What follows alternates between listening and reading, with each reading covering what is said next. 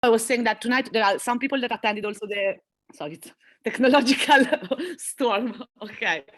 Sorry. We have the first around 300 signatures. Of course, it's a start, but I think the most important element of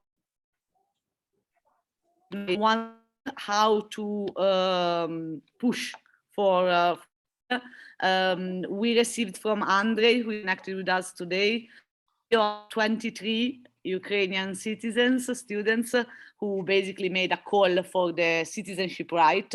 And I think, first of all, Andrii, thanks for the effort in coordinating this. And I think this should be the core of the communication actions that we do in the next weeks. On the other side, we have with us Emilio, the Capitani. Those of you who were at the Congress already met him.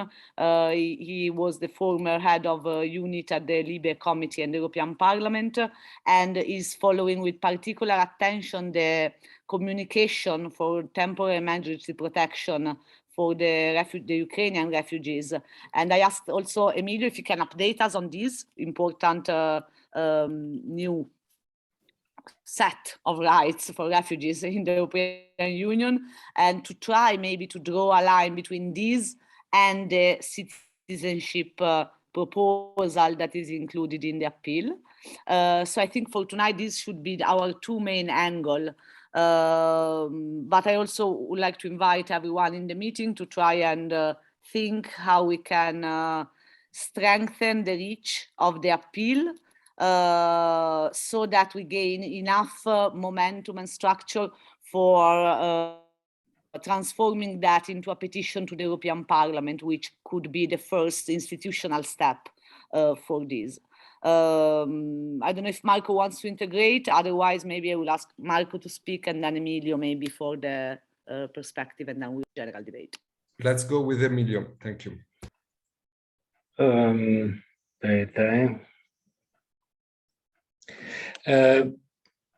Thanks to everybody. I'm really happy to have the occasion to explain with how important and innovative is the decision of the Council to trigger the entry into force of the EU Temporary Protection Directive, which was adopted 20 years ago and never was applied because it was considered a sort of revolutionary tool, and because it creates the possibility of managing mass and sudden influx of people, as it was in 2001 with the Kosovar entering in the European Union.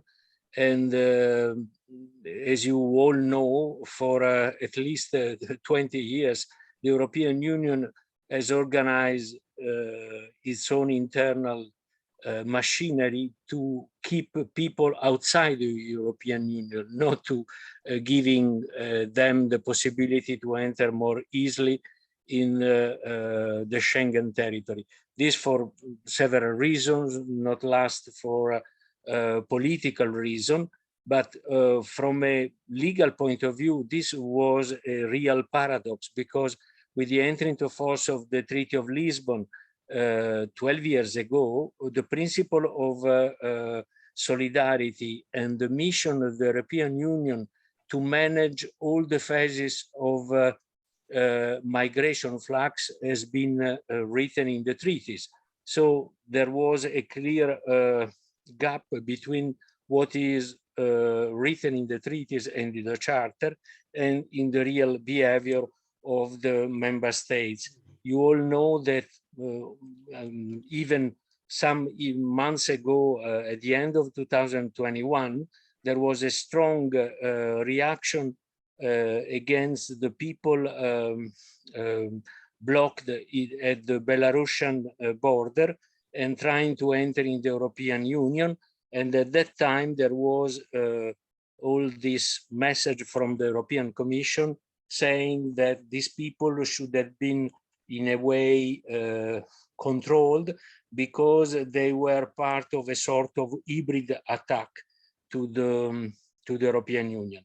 So when on the 24th of February, Russian army invaded the Ukrainian territory, the decision taken only some days later to trigger the temporary protection directive was seen as a sort of unexpected and revolutionary movement, even if it is what should be the regular and logic implementation of the treaty and of the EU Charter. So the decision of the Council entered into force on the 4th of March 2022, and this protection is a temporary status which is accorded to, in fact, a sort of unlimited people. For the time being, there are more than 4 million people who are now entered in the EU territory. And these people has been registered at the borders of the EU member states, notably Poland with 2 million people, Romania, Czech Republic, and Romania is also connected to Moldova, which also is a transit country for people entering the European Union. Moreover, at the same time, inside Ukraine, 6 million people are currently displaced. So it's more than likely that in the coming weeks, other people will enter in the EU territory.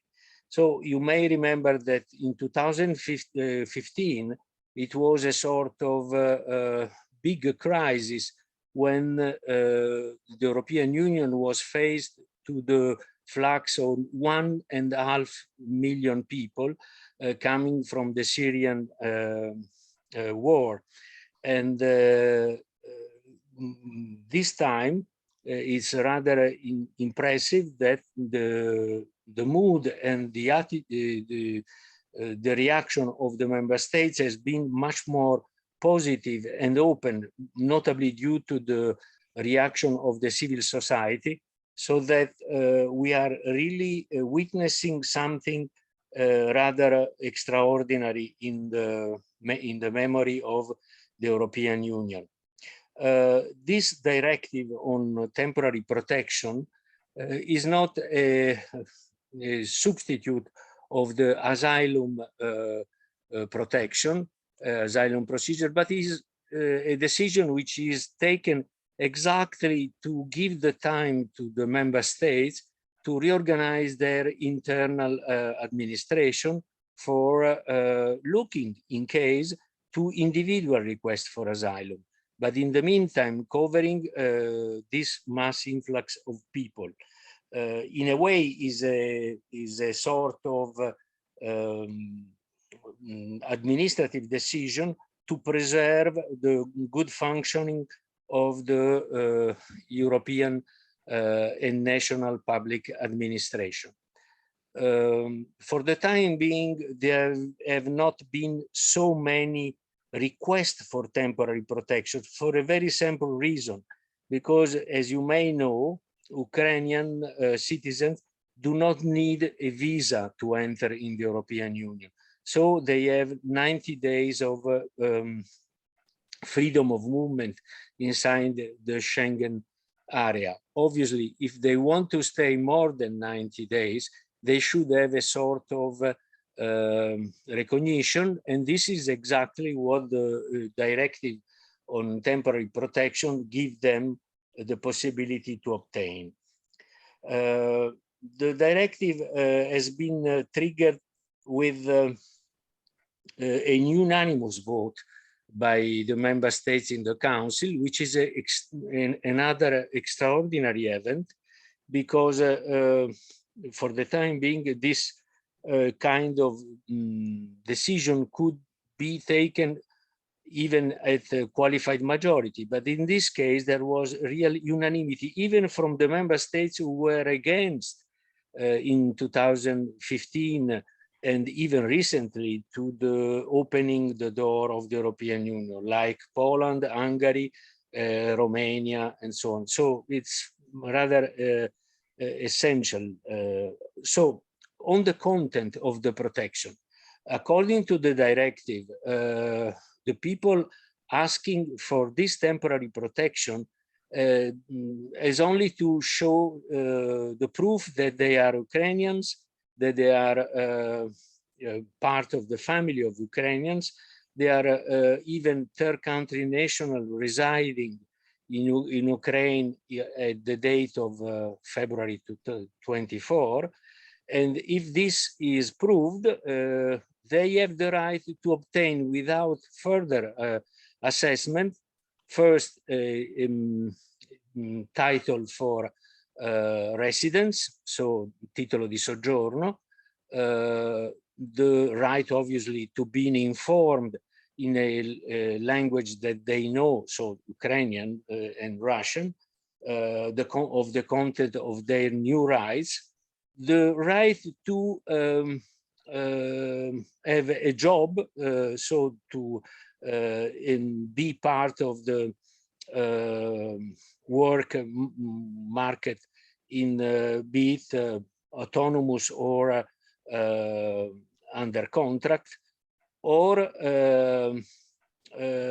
to be also active in their own domain, meaning that you have some title, professional and university title in Ukraine. This title will be easily recognized in the European Union.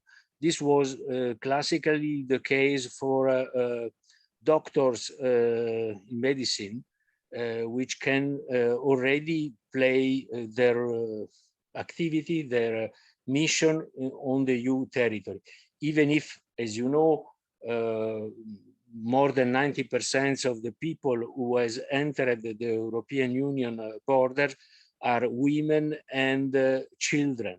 But also there are women who are doctors, so they can already play their activity. Another right is the right to education, and which could be the classical school or even professional training. Moreover, they have the right to have an house, so the housing right. And if needed, also to have the financial means to rent a house. Last but not least, they have also the right to be assisted from a social sanitary point of view, and all the medical assistance if they have not enough financial resources. In general, they have the right for family reunification, and for the minors to the right to the school at the same condition of the minors of the member states where they have asked for the temporary protection. Even more interesting is that notwithstanding the provision of Article 11 of the Directive on Temporary Protection, the people who has received the temporary protection in a member state can go in all the other EU member states, because there are no more need for bilateral agreements. In a way, this is something, again, revolutionary compared to the situation that they could face when they are asking for asylum under the Dublin regulation. So, in a way, the directive is a sort of Copernican revolution on the practice and on the ordinary legislation. Obviously, it's an emergency measure, but when an emergency measure deals with more than 4 million people, it establishes a precedent which it is more than likely to become also the standard when the emergency will be ended. in a way, this is already something that is already negotiated in the European Parliament with a legislative text which was presented before the Ukrainian crisis. And this is a co-decision to be established between the Parliament and the Council, dealing with all the cases of force majeure. It is more than likely that when negotiating this new text, the Parliament and the Council will take stock of the experience and also of the possible shortcomings of the implementation of the 2001 Directive on Temporary Protection. So this is just to give you an idea. What is important is also the administrative machinery, which has now been established to reverse the daily practice of the European and national administration dealing with people asking for protection. You have now a common the general director task force. You have also the possibility of a digital platform, which could be the beginning of a future, let's say, not COVID Green Pass, but refugee Green Pass, giving the possibility for everyone to going around in the territory of the European Union, as it was the case, is rather extraordinary. At the beginning of the 20th century, after the Bolshevik Revolution, when 1 million of Russians was entering the European other states. At the time there was the Society for the Nation, and to give them the possibility to be recognized and to obtain a protection, a Nansen passport was invented, and this was more or less the beginning of the subsequent decision after the Second World War of the United Nations Convention on Refugees, Geneva Convention.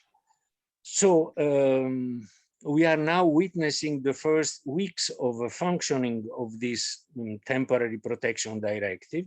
The European Commission has already adopted some guidelines to, in a way, frame the activity of the member states and avoiding possible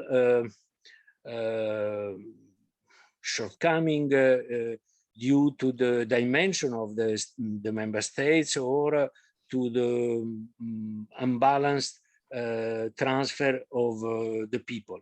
For the time being, most of the Ukrainians have established link with the Ukrainians already established in the European Union territory. Just to give you an idea, in Italy, before the Ukrainian crisis, there was already 248,000 Ukrainians, which obviously who have invited some of their familiars. So they are de facto taking stock of this already existing situation. It's also important to notice that the European Commission has established a rather impressive system of financing on several bases for supporting the member states who will have in charge the assistance of these people. In a way, we are doing in a matter of weeks what we have not done in a matter of years. But at least this is what is currently happening.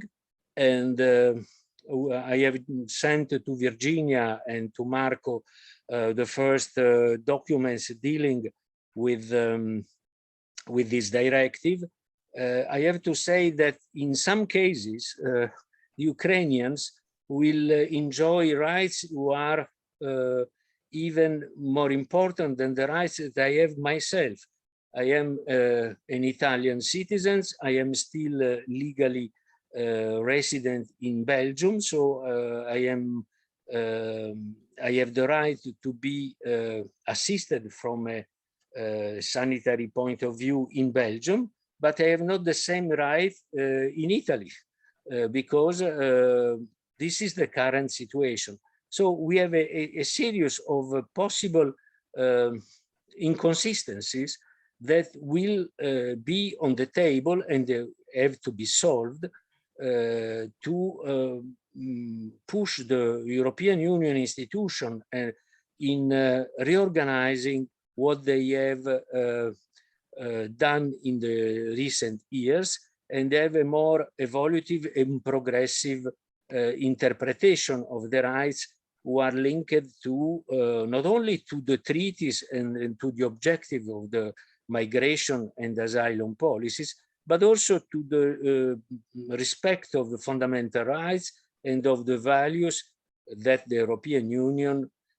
state to be linked to. Okay, I don't know if I have been clear in presenting you this text, but needless to say, I can send you all the documents who have been recently adopted on this topic, and dealing with the request of Virginia on the idea of a sort of common rights comparable to citizen rights. I think that the directive on temporary protection already recognizes something which is the core of citizens' rights, which is exactly freedom of movement, right to health, right to education, right to work. In a way, there are several overlapping domains where the situation of EU citizens as EU citizens and the rights of the Ukrainian will be overlapping. The point is that obviously Ukrainians have no right of vote, for the European Parliament or for administrative elections in the member states, but this is something that is not in the logic of a measure which should be temporary by its very nature. I don't know if I have replied to your curiosity. Thank you, Emilio, in general, for the thorough explanation. For the topic of citizenship, I'm also connecting with the ESIT Foundation, with whom we organized the event here in Brussels, and I think we can also try to have in one of our next meetings more kind of elaborated analysis on the citizenship rights and also the state of the art, in particular in the Parliament, with regards to the statute of European citizenship. Before giving the floor to Marco, I also want to welcome, I didn't notice earlier, there is Marie Villien from Strasbourg and also Alba from Stand Up for Europe. This connection is part of the output of the event United European Citizens for Ukraine that we hold in Brussels in collaboration with Citizens Take Over Europe, Stand Up for Europe, European Alternatives and ESIT Foundation. And basically out of that event, Promote Ukraine, which is another organization based here in Brussels, became a supporter of our appeal, and then they connected me with Marie and then again Alba, because Marie had the idea of a European citizen initiative for access of Ukraine to the European Union. So I explained the appeal, and I suggested Marie and Alba could join the meeting to keep elaborating on not necessarily a European citizen initiative. I don't even know if it's potentially a topic for European citizen initiative, and maybe Emilio can advise on that. But I think it's good to connect all the individuals, citizens and forces that have the goal of Ukraine in the European Union as a vision for Europe and also a part of the solution for the ongoing war. So maybe Marco, if you want to pick up from what Emilio said, and then we had a bit of time for exchange. Thank you, Virginia. No, I just want to underscore the political relevance of what Emilio just said, because this temporary protection measure could realize a de facto integration, a strong de facto integration of refugees into the European Union. Of course, our appeal is asking something different and something more, not only regarding the adhesion of Ukraine to the European Union, but also the European citizenship for all Ukrainians, also those who remains in Ukraine. But I think that what is happening for refugees and the perspective, institutional and political perspective for all Ukraine citizens are issues that can go together. Also because those measures now should in a way be known, because there is no, as Emilio explained, it is not an urgent need, because there is no need of visa to get into the European Union, but with the passing of the weeks, it would be more and more important for people coming in Europe to start to work and to have medical assistance and all the other issues. So the measure would be more and more known by the people, and it would be a good occasion to try to raise the attention to the issue that we are including in our appeal. So I think it's more important now to listen to others, to understand how, starting from the Ukraine communities in Europe, but also, of course, other group of citizens and organizations, we can, in a very short time, because the tragedy of the war is going on and is getting more and more tragic, the news that are coming from the war, from the front of combating. So we don't have much time. We need to speed up the creation of groups, organization, network around our proposal in order to bring it to the political table, the European Parliament and national parliament and so on. So it's really, we don't have much time. We have to try to run faster. Thank you. Thank you, Marco. So everyone can speak, so just raise your hand if you want to. I don't know if Marie, you want to tell us the idea that you got and try to see if somehow what we are doing is part of the idea that you had in mind. Yes, thank you, Virginia. Hello, everybody. Sorry for my Frenchy accent. I live in Strasbourg. I was born in France and work at the City Hall of Strasbourg with the political team. And so sometimes with Europe subjects, but I'm here like a citizen, not with my work. And now why I'm here, because I don't agree with the choices of my government, and I speak with a lot of people, Ukrainians, French people, and it's like women's rights. I thought always that for a long time that it was acquired, and the democracy where I was born is really not acquired like you in people in Ukraine. And so I started talking around me about the idea of a European citizens referendum. because if our governments can't take this choice, I think that I believe in the importance of democratic action by citizens. And so I speak about this referendum for two things. First, of course, for the end of the war led by Putin's dictatorial regime, and second, to Ukraine's entry into the European Union. And we need for this 1 million signatures in 7 countries of the European Union. Seems a great challenge, of course, but maybe, however, not impossible.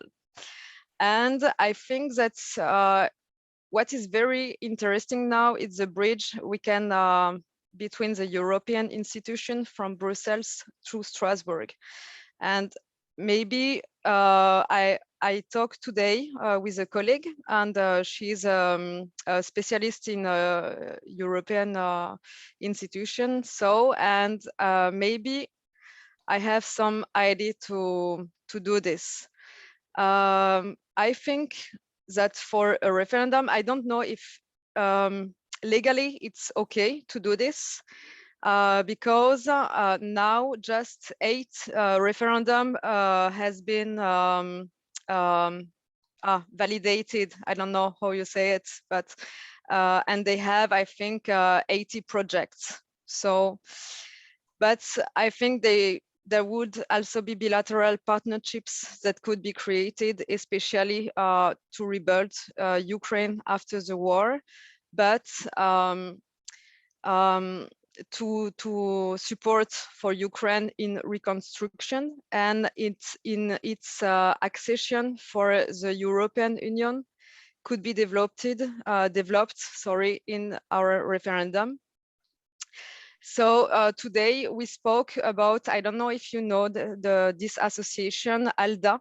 It's called ALDA, I don't know. And maybe they could be interesting for the co-construction of this referendum. And I think first we need to raise awareness about our idea. And then in Strasbourg, I don't know how it works for you, but in Strasbourg, we have an agora. It is called an agora. And you can present a project on an agora. It's the institution and the association. And they can help us and just let it know in a lot of countries. Maybe I can send you a few informations about Agora, and I will have a link with an association that advises citizens in the process. It exists, and so I don't know, I'm just thinking about this referendum, and I want to speak with you about this idea. And just know what you think about this. I think it's a big challenge, but I think citizens, we have a real place to take right now. Thank you, Marie. I'm super glad of your speech, also because it fits perfectly with what Eumans does. We have quite experience on the, it's called, unfortunately, it's not yet a referendum, and this is important to keep in mind. The instrument is called the European Citizen Initiative. Sorry. No, but also because unfortunately it's also not binding like the referendum, but you are in the right place in the sense that we, in the past year, had a European Citizen Initiative for climate change, for a carbon pricing in the EU. And also we worked quite a lot with the local municipalities as key actors in multiplying the information on this instrument.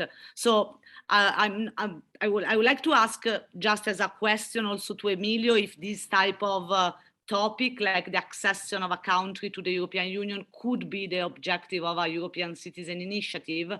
What I want to say from my experience, but we can explore it together, and this is the purpose of the meeting, is that the bureaucracy of the European Citizen Initiative is a bit slower than the speed that we need, because once you register a European Citizen Initiative, then it takes 2 months in any case to get the validation from the Commission. My proposal, and it's open for debate, is that we could work together with the appeal that we launched to try to increase the reach for that and make it strong enough to become a petition to the European Parliament. So at least we have a citizens hook in the system, and then we can keep like constructing. And I know ALDA because one of our partner organizations, Science for Democracy, is partner of a project with them. So I see a lot of lines of connections, and I think maybe if you agree, we could use what we are trying to build through the appeal as a kind of platform. And then technically, I don't know even if the adhesion of new member states could be part of a European Citizen Initiative. I don't know, Emilio, if... Posso dire una cosa? Vai, Mauro. Poi tu la traduci in inglese perché è tecnico giuridico, non la riesco a dire. Okay, let me explain to the others. Mauro will speak in Italian and then we'll translate him in Il problema non è il referendum. Il problema è di vedere se la direttiva di cui si parla, cioè della protezione temporanea internazionale, è una direttiva direttamente applicabile o no. Cioè tu sai che esistono le direttive self-executing a livello internazionale che sono paragonabili ai regolamenti, no? Europei. Quindi bisognerebbe capire se questa direttiva è direttamente applicabile oppure se deve essere recepita all'interno dello Stato italiano. Ok, Mauro, giriamo direttamente a Emilio la domanda. Esatto. Just to summarize the question from Mauro is if the directive that Emilio was mentioning is self-executive or if it needs to be approved by the member states. So the good news is that this directive has already been transposed in national law by all the member states because it was a 20 years old directive. So they had all the time to transpose its provision, notably for giving on a temporary basis the rights that I have listed before. What is interesting is that now the point is how to implement not the directive, but the decision of the Council, which implement itself the directive on the case of Ukrainian. And already now, for instance, in Italy, there is a decision by the government explaining how the different aspects of the Council decision will be framed on the need of Ukrainians. So this is to reply to your request. Emilio, on the European Citizen Initiative, in a scenario where it's possible to do a European Citizen Initiative, the adhesion of new member states is possible as a request for a European Citizen Initiative? To be frank, I think that you risk to have some resistance on the Commission side because the adhesion of a new member states is not a legislative act. It is something which deals with the constitutional structure of the European Union. But that having been said, I think that your suggestion to transform this initiative in a European-wide petition to the European Parliament will be even more interesting because a legislative initiative, as you know perfectly, is addressed to the Commission. And the Commission, I will not say that they are all bureaucrats, but they have maybe less attention or less courage than the European Parliament in some domains. Moreover, the European Parliament has already adopted a resolution where it supports strongly the request by President Zelensky for a sort of fast-track procedure, even if this fast track does not exist in the treaty. But again, is a problem of political will. But the procedure established in the treaty, which can't be modified by a legislative measure because it is in the treaties, this is something that will show the importance, the support by civil society for a swift integration of Ukrainians to the European Union. So it could look less formal, a petition, but politically also for the institution to which is addressed could be more effective. Thank you. Andrii Shutka. Sorry Mauro, scusa Mauro, proviamo a fare un intervento per chi non ha parlato. Vabbè, scusami. No, non ti preoccupare, facciamo il giro e poi vediamo se c'è ancora tempo. Andrii.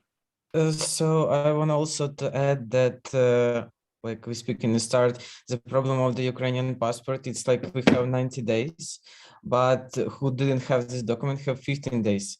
So it's like also the problem that people who come into the European Union with a passport who have, because a lot of people from Ukraine didn't came to abroad once in a life. So also it's a problem. And yes, and also that I know that this like referendum, we not need like 7% from another country. It can be like citizen of one of country, but living in 7 different countries. So yeah, it's make more easier. And also one opportunity is that now is all news of Ukraine is highlighting. And if we give to people that will start the referendum, it make more easier to take the voices of the people, because like now everybody want to help and give some opportunities to Europe Council, or just like we give the appeal for Parliament, and we can give some opinion to Council, because we can create to help them how we can put the citizenship in the life. Because we give like we give an appeal for Parliament, and like we give a head of this, and can give like a body of this appeal to Council to create the procedure and make more easiest like all of this process. Because if we give only like this appeal, they start to changing it and creating like not like we looking for this citizenship, what we want from it.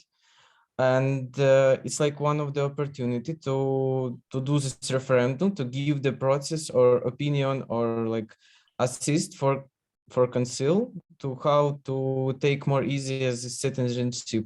It can be not like in the one of the dates they give to all citizens, like to create maybe a process, and Ukrainian will give the documents that they want to be a Europe citizen, and it's make more easiest. Thank you. Thank you, Andrii. I leave the floor to Marco. I just want to, I'm the less precise person, but it's not a referendum, it's a European citizen initiative. It's super important because to not overpromise the instruments that, each instrument has a different power, and it's important to, I don't want, sorry, but just to specify. Marco Cappato. No, thank you, Virginia. I just want to underscore how at this point, procedure, it is not the most important thing.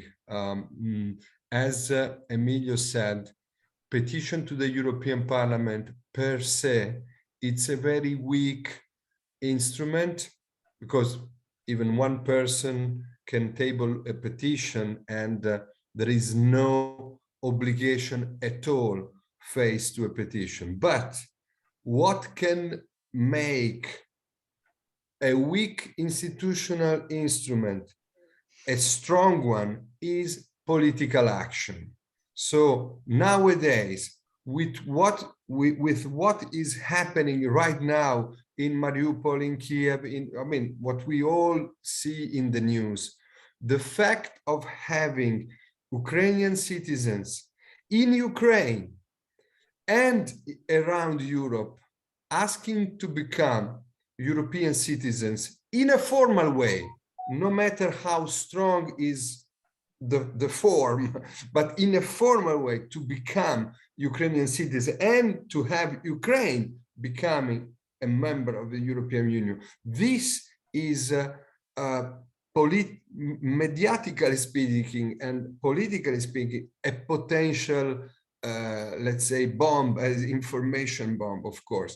So what I think we need to have a lot of care to is how to involve Ukrainian communities around Europe to this goal, and they will be able to involve citizens in their own cities, in their own countries. For example, if in 2 weeks' time, 3 weeks' time, not more, because more we risk to have already an immense tragedy faced to us. If we were able to have groups of people demonstrating for Ukraine in the European Union and Ukrainians becoming European citizens in all different European capitals, the same day at the same time, and also not just in capitals, also in villages or in small cities, this would have a tremendous impact from the media point of view, and this would trigger also some political consequence. So it's very important what we are discussing now, even under the formal institutional and legal aspect, because the issue is not an easy one. The explanation of Emilio is very complex, even if very precise, and also the fact that what a European Citizen Initiative can do, what a petition can do, all this is very important. But we have already an instrument, which is the appeal, the petition. The appeal can also transform in a petition even tomorrow morning. So we have to concentrate in, I think, not just the formal side, but also the mobilization aspect of the whole thing. Thanks. Thank you, Marco. I see another hand. No, I don't know if Marie or Emilio, maybe Marie and then Emilio. I think Emilio was the first, but Okay, men first. Let's be more than feminist. Emilio then. Thanks. No, very, very quickly. As you know, there is no such a thing of a European citizenship which is not linked to a national citizenship. And the national citizenship is framed by national legislation, which is in some cases something rather strange. A week ago, the European Parliament adopted a resolution condemning the member states who are giving their nationality to the so-called golden passport. It is the case of Cyprus, Greece, and some other countries. You will have the citizenship of this country if you have a lot of money and you can invest in these countries. So it's a problem of political will. Obviously, the Parliament considered that this is not the right way to become citizens of the European Union and condemn this practice. But you can reverse the game and saying we can have some third country national who are already on the territory of the European Union, who for their own specific situation should obtain the citizenship in less than 5 years, which is currently the minimum required in Germany and in other countries to become a citizen of these countries and obviously becoming a European citizen. So we can study the way how to propose this sort of fast-track citizenship procedure, and maybe the European Parliament could be interested. We faced the same cases when the Treaty of Lisbon was negotiated and the Constitutional Treaty was negotiated for stateless person, because by being stateless, by definition, they can't become European citizens, but at the same time, they can be on the EU territory. So it's something rather interesting that it is worth thinking out of the box. Thank you, Emilio. Marie.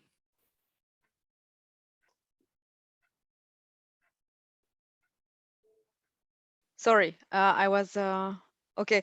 Yeah, I agree with what you say, and Marco, I really understand, because there are really now two topics. The first one is the emergency, and of course the referendum. No, sorry, the European Citizen Initiative will not be response about this answer to the emergency, because it's very long. But the appeal, as you say, is here to respond to this emergency, and it's the goal, and just I sign it. Thank you for this. And the second one is maybe this European Citizen Initiative for the future. To maybe they can be built together, and because we need some influence relays to communicate on these actions. And maybe the both can work together, one for the emergency and the second one for the future. So I don't know if you want, maybe I don't know what you want for your appeal to communicate about this, where you are here now. I don't know how many people sign it, or the time you have to have all the signatures. Maybe I need some information more, but maybe we can just think about these two times together, the emergency and the future for our generation. And I just say it because I have a little boy, he's 10 years, and he asks me a lot about this word and about his future. And people right now in Strasbourg, and because I live here, they don't understand why I want to do this. And I always answer, please, in 10 years, in 20 years, when all of your children will ask what you did for this, you will say, nothing. I just watch the TV and put some drop of Ukraine on my Facebook picture.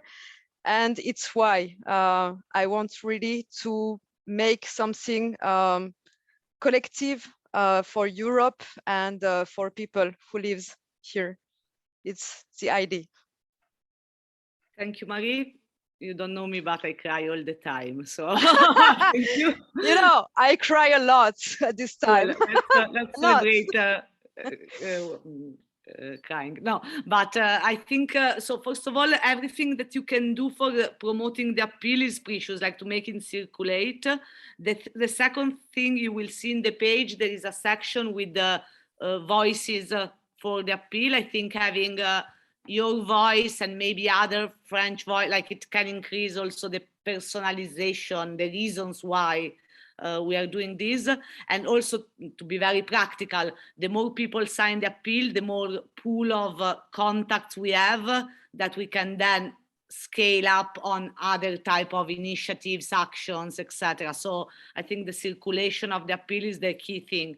I suggest we can also have a dedicated call, maybe the two of us, to explore a bit more in details, because I think the fact that you are from Strasbourg is quite significant, and Alba can confirm that also with our coalition Citizens Take Over Europe, we are planning to do some actions in Strasbourg around Europe Day, 9th of May. So maybe we could work around that date, or we could do, but I think the role of the municipality is also quite important.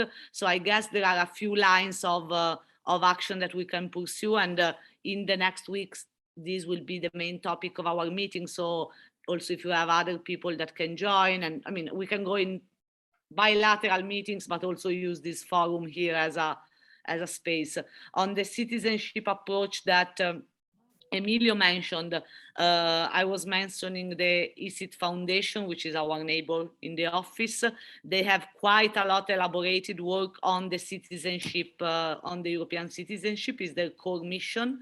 I suggest maybe we get together some materials from Emilio, some materials from them, and we try to see how the long-term vision for the European citizenship can be pragmatized, I don't know if it's a word in English, put into practice from the emergency circumstances addressing the European Parliament. I'd say these might be the main 2 lines of action. Well, closing the meeting, but if anyone else wants to say something, I don't know if Alba Stand Up for Europe is doing something specifically on the Ukrainian war, if you want to add something, and also the others. Yeah, thank you, Virginia, for giving me the floor. I'm here on my personal capacity since I stopped working in Stand Up for Europe, and now I work in innovation inside the Commission. So it's like completely far-fetched from the topic, but I also believe that the Ukraine crisis has to be supported from civil society, and hence why I'm here tonight. Also, SAGNI of the petition, but I'm happy to disseminate it amongst my own contacts, and also the next person that is coming to Stand Up for Europe will be in contact with you, Bit. So I will be introducing it to the coalition to Citizens Take Over Europe. So she will probably be following up on the actions that you undertake on the 9th of May, etc. But thank you, Marie, because yeah, it's very noble, the case for which you joined, and it's a pleasure to meet you. Hopefully you'll be soon here in Brussels and we can meet physically. Yeah, thank you. I don't know if you are sometimes coming to Strasbourg for some European events in parliaments. Yeah, basically if you invite us, we are coming, everybody. Come. Maybe the city hall can't invite you, but I invite you. Perfect. No, it's my pleasure. No, it is also good for the Eumans meeting to know that the Young Federalists are organizing a civil society summit in Strasbourg in the days of the 9th of May, which is also going to sign the end formally of the Conference on the Future of Europe. So for those of you who follow all our meetings, you know about the Conference on the Future of Europe. So the 9th of May will be a crossroads of ending participatory processes, opening new processes, and of course it's a date to look with attention for an initiative that we want to do. Mariel is asking about the Good Lobby, who also has a petition via change.org on the EU membership. So the spirit of Eumans is always cooperative. So the goal for the next weeks is exactly to connect the dots. So 8.5, Thursday, 31st of March, I think we can call off the meeting unless there are any other things. And I'll follow up with Marie maybe for a one-to-one on what you suggested. Thanks everyone. Next meeting next Thursday, maybe with a focus on citizenship specifically. And thanks everyone for joining. Enjoy your evening. Thank you. Bye-bye. Thank you. Ciao, grazie. Thank you.